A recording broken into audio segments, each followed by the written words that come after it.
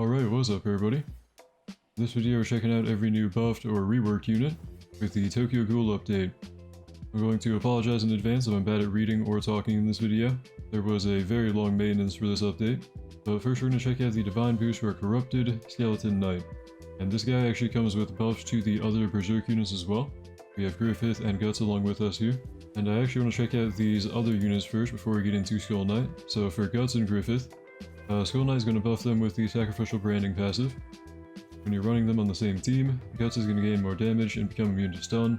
Guts is also going to no longer stun allies, and then Griffith is going to have a way stronger buff. He's going to buff damage and reduce SPA even higher. He's going to gain the Eclipse ability, and you can no longer turn him into the Dark mode.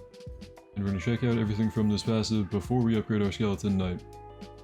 If I place down my Guts here, you're going to be able to see that he has more damage. If we max him out, he is doing 2.53 bill, or 4.23. This is in the Mutilate mode.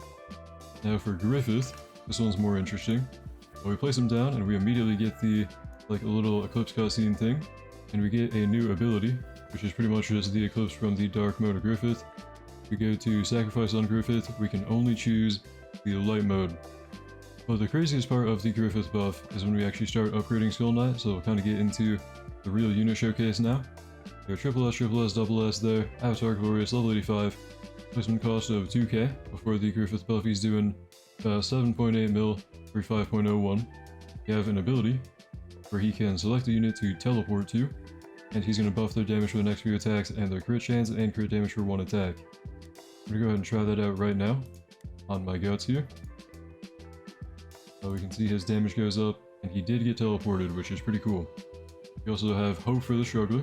Any ally in range with less damage than Skull Knight is going to gain 40% damage, lose 20% SPA, and gain 20% range.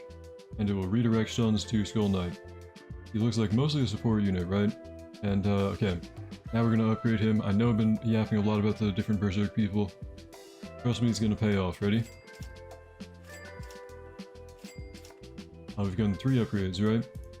And Guts now has an SPA reduction of 85%. Pretty much the additional buff that he gives Griffith, the SPA reduction and damage buff. I'm pretty sure it reapplies on every upgrade. So if we upgrade him more, by the way, the unit himself is actually not even that bad. Upgrade 6, we get a new attack, skill move 3. He becomes, I believe, a full AoE, but he has a weird model, so it won't show like the actual AoE of it, but it should be full AoE. And we max him out fully, right? He's doing 10.7 bill, or 12.8, with that damage buff there. Normally he'd be doing like 5.3 bill, but for every upgrade on this guy, we have reduced the SPA more and more, and Guts is now at 1 SPA. Doing 7.28 bill. I don't know, this is a bug for sure. Hopefully it'll get patched pretty soon, but right now, Skull Knight is really crazy. But aside from the bug, the actual unit here, I would say he's pretty good. Full AoE doing like 5 bill every 12.8. Pretty good buffer, pretty good debuff cleanser as well. Now we're going to check out some people from the Halloween event, because a few of them got some minor reworks to their stuff. Nothing really crazy. This is definitely going to be a very short video, but hey, at least you guys can find the info, right? Now for Death's Unawakened, we tragically received a nerf, which, I don't know, personally I think it was deserved. I don't think it's that tragic. But the Lines of Sanzu ability, before it had a multiplier of 100, so total damage dealt times 100, now it's just 25. And then for Lulu, this one's actually pretty important, I would say. You used to have the ability on placement submission, which is like a pretty strong nuke, but as you can see now, you have to max him out for upgrade 8, which is pretty expensive. This is a really strong nuke, and he had it on upgrade 0 for some reason. But now we get that on his final upgrade. Alucard did not get nerfed, he actually got a buff. The restriction levels are easier to get now. First requirement for restriction level 3 was the same amount of damage, but you needed to do it with dismantled only. Now you can just kind of do whatever damage you want.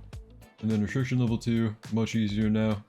Before the change, you had to have rupture on enemies for a total of 66 seconds, a certain duration. Now you have to apply it to 66 enemies, which should be a lot easier.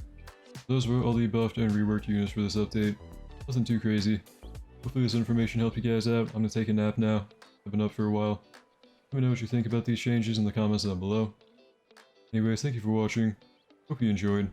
Hope to see you in the next one. Have a great day.